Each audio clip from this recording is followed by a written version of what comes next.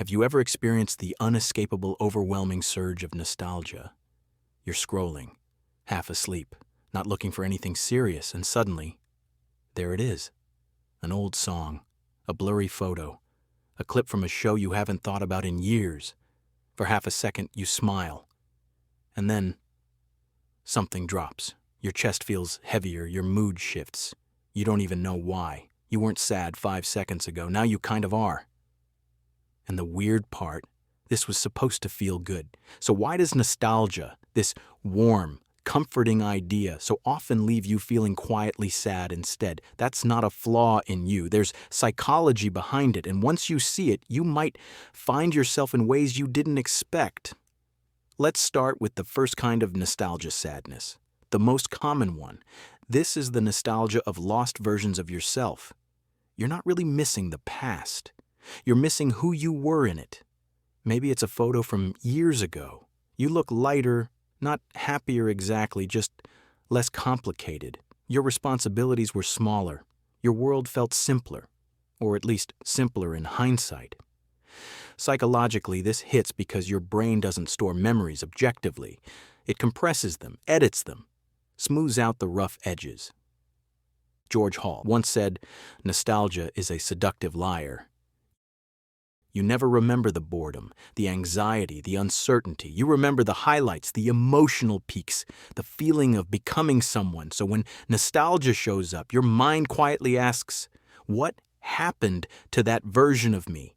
And that question stings because you can't go back and answer it. If you feel this kind of sadness, it often means you're in a period of change or stagnation. Your mind is comparing who you are now to who you once were becoming.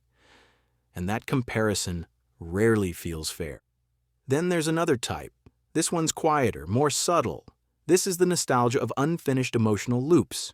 You remember a place, a group of friends, a relationship, a routine. Not because it was perfect, but because it ended without closure. Psychologically, the brain hates unresolved stories. When something ends abruptly, without explanation or intention, the emotional system doesn't file it as complete. It files it as paused. For me, this type of nostalgia hits the hardest, thinking about the last time I spent hanging out with my friends in New Zealand before I moved overseas. It's a time and feeling which will never be experienced again, because life moves on. You're not sad because the moment was good. You're sad because your brain never decided how it was supposed to end. The last type of nostalgic sadness can be the most uncomfortable type to experience. The nostalgia of belonging. This one hurts because it reminds you of a time when you felt embedded in something, without trying.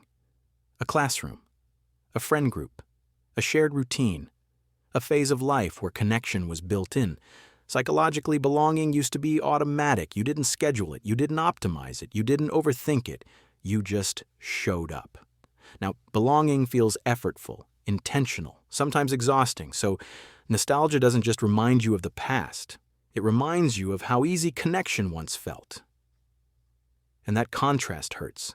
If nostalgia makes you sad in this way, it doesn't mean you're lonely. It means your nervous system remembers what effortless connection felt like and notices its absence. But here's the twist. Nostalgia doesn't make you sad because it's broken. It makes you sad because it's doing its job. Psychologically, nostalgia is a regulatory emotion. It helps you maintain continuity, reminding you that you're the same person across time, even as everything changes. The sadness comes from the contrast, not the memory. From realizing that you've lived, that you've changed, that you've lost and grown and adapted. In a strange way, nostalgia sadness is proof of emotional depth. People who don't feel it aren't more stable. They're often more disconnected from memory, from identity, from reflection. So when nostalgia makes you sad, it doesn't mean you're stuck in the past. It means your mind is checking in, taking inventory, asking quietly, who am I now compared to who I was? And maybe the question isn't meant to hurt you. Maybe it's meant to guide you.